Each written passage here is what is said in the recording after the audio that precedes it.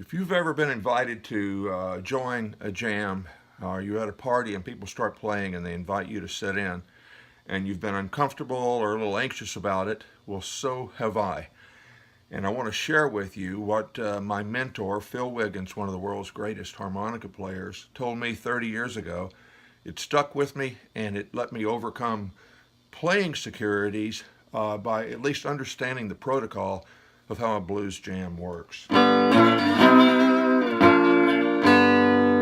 It's not about your playing. If you can play the 1, 4, and 5 chords that make up any blues song, you can get along in a jam. The hard part is understanding the protocol, because there's a lot going on that isn't obvious to people in the audience.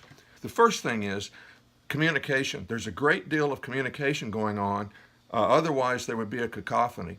What's the first rule of communication? What makes up good communication? The answer is listening.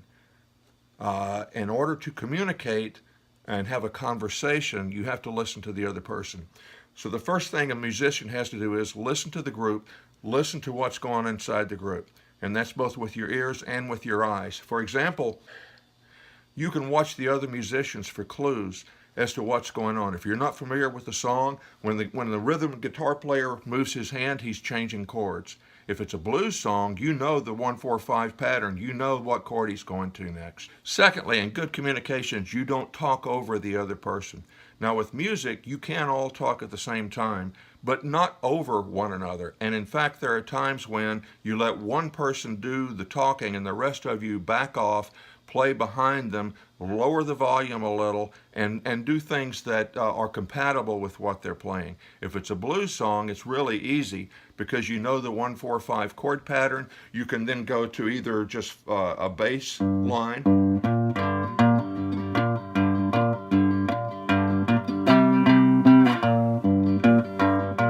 or you could play chords following the 1, 4, 5 pattern. And that's if you're not taking the lead. And that's the thing that I think people find the most anxiety driving is, what is this lead thing all about? What happens if I need to take a lead? How do I know, etc.? And here's the way virtually 99% of all jams work, as long as there's experienced players involved. Someone will take the lead inside the group in terms of directing traffic, and will look around and will indicate who they're inviting to take a lead. If they invite a person to take a lead and the person doesn't go like this, then the next time the 12-bar pattern repeats itself, they'll jump in and take a lead, typically for 12 bars. At the end of that time, the person that assigned them will look around at maybe the 10th or 11th bar and point to someone else. If they go like this, then they jump in. The other way it works, if there's no self-appointed leader, is whoever's taking the lead, when they get to the 10th or 11th bar and the 12-bar pattern, they'll look around and make eye contact. If they make eye contact with you and you don't do this, it means you've got the ball. So at the end of the 12-bar pattern, you jump in and start taking a lead. If you don't feel that strong about your guitar playing, you know the 12-bar pattern. You can just vamp a little within each of the 12 bars as they go through. You can also sing. Quite acceptable to sing when you've been anointed and have accepted your role to take the lead.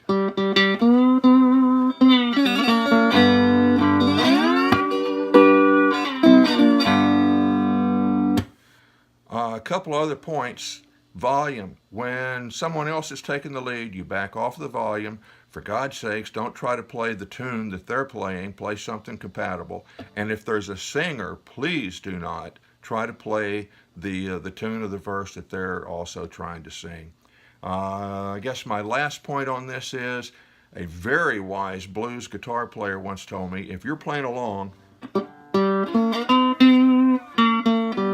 you happen to hit a wrong note, he said, go back and hit it again. And just grimace at the audience as if you meant to play it. And 9 times out of 10, it they accept it as such. You just did something strange that you meant to do, and it gets you out of an embarrassing situation.